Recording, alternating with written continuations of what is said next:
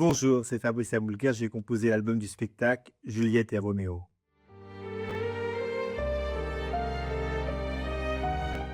L'idée m'est venue grâce à ma rencontre avec Tamara Fernando. On s'est rencontrés sur le spectacle des Souliers Rouges et la musique et ses ballets ont tellement bien fonctionné ensemble qu'on s'est dit qu'il fallait continuer l'aventure.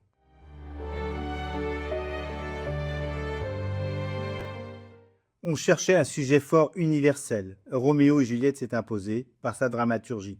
Et l'originalité de ce projet pour nous, c'était de pouvoir le faire à deux, Juliette et Roméo, sans personne d'autre. Mais on a eu envie de rajouter du slam à l'intérieur pour donner quelque chose de singulier, raconter l'histoire autrement, ce qui ne se fait pas dans le ballet. Et Tamara a eu l'idée de me présenter Climax, une artiste incroyable, comédienne, chanteuse, danseuse. Et ensemble, nous avons créé les slams qui ont été écrits, je le précise, par Charlie-Lou Baroyer et Claire Barret.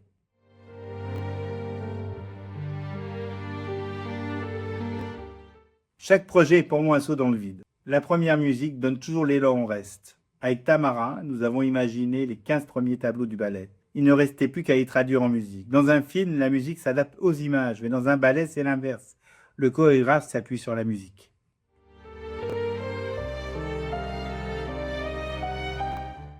Je qualifierais la musique de néoclassique. Je commence toujours au piano, je cherche le thème, la mélodie. Puis j'orchestre avec mon ordinateur simplement des cordes, des cuivres, des chœurs, des synthétiseurs. J'essaye d'y mettre toute la narration nécessaire. Et puis rentre en jeu Damien Roche, Pascal Siff, qui sont mes complices depuis toujours, qui vont orchestrer et qui vont préparer les partitions pour que ça puisse être joué pour 25 musiciens. Après reste le mixage, les finitions, les voix de climax par moment, des chœurs, pour arriver à faire une bande son qui, j'espère, sera assez singulière et vous touchera.